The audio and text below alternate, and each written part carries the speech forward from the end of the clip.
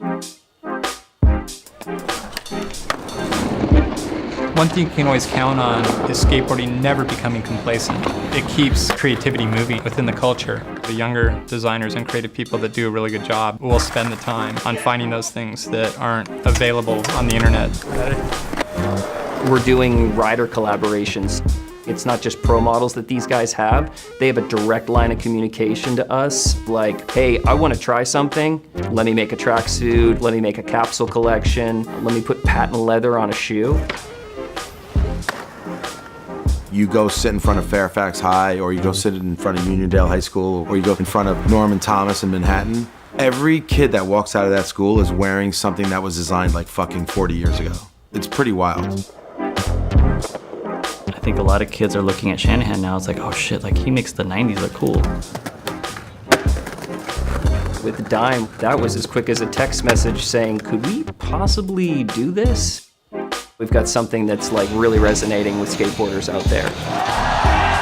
Right now, I feel like all the stars are aligning where everything's starting to make sense. One of Josh's last ads, people were asking if that was shot in the late 90s. He's got the Carolina blue colorway of the Kalis lights, he's got the camo cargo pants, he's got the drawer sweatshirt on. It's time warp, dude. It's beautiful.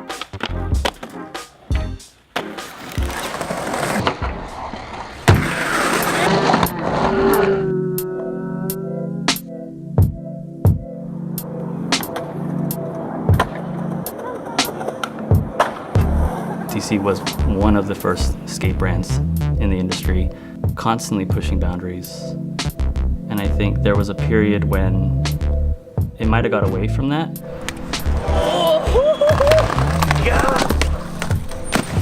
Unfortunately, you get into a cycle at some scale that retailers start chiming in on what they think you should be and do, to fit their consumer. And then over time, the risk of losing that revenue is such that you start having to listen. All the brands in our space through the mid-2000s found themselves in that cycle.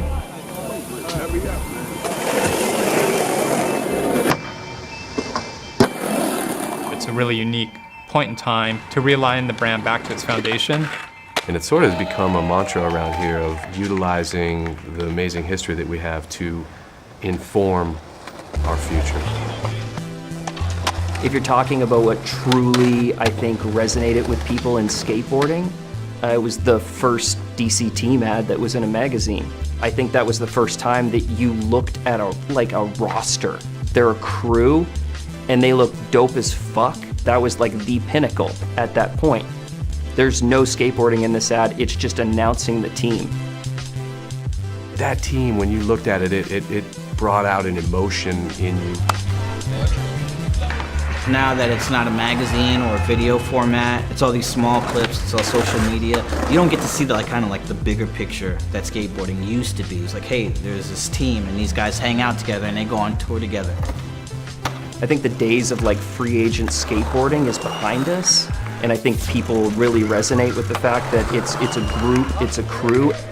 I don't think there's a lot of brands in skateboarding that can offer the kind of variety that DC can. You can take guys like a John Shanahan, Tiago Lemos, a Josh Kalis on one side of the spectrum, and then on the other side of the spectrum have guys like Wes Kramer, Evan Smith, and Tristan Funkhauser. They can all get in a van together and they can just get along and rip, and I think people really appreciate that. I think that there's no phoniness to it. Those are like timeless skateboarders, and they're doing stuff that will be looked back on years from now as being significant and important. It's not necessarily what they're doing, it's just the way that they're doing it and how they do it and who they are as people. It's it.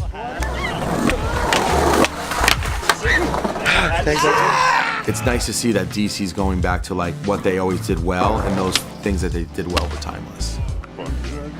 I think bringing Damon back is definitely giving the brand credibility again. He's been in 3 generations of streetwear.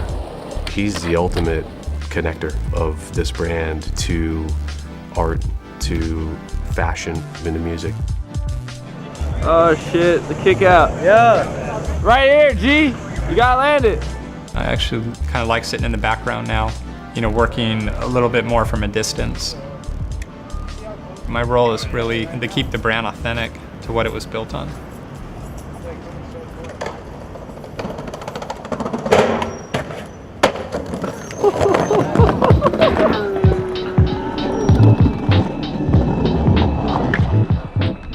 The heritage models that we are bringing back and that we are pushing into, like, I would say, a higher tier space, they're all designed by Sun. You have the Kalis, the Lynx, and the Legacy. They invited me back to kind of work on a new shoe that sort of reflects the energy and the mindset when I first came in. Between the Legacy OG and the Legacy Slim that we introduced with the Dime collaboration, like, people immediately looked at that Slim and they said, like, wow, this is the sickest shoe, but knew exactly where the design language came from. People fell in love all over again. You want the product to have some sort of an emotional response, and yeah, you do feel it when it's there, yeah.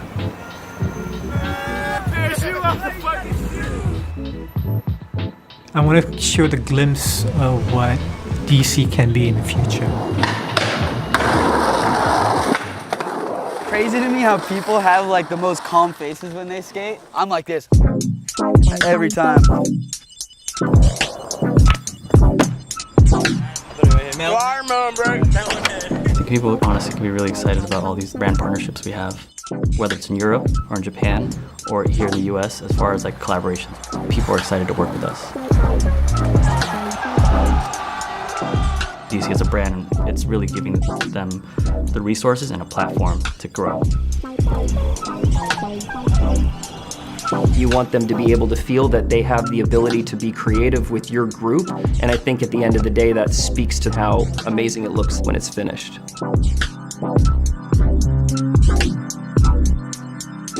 You do want to push the limits and you do want to do something that's different so it can stand out, and I think that's what people expect from our brand. The most important thing about the future with the brand is that it's authentic. So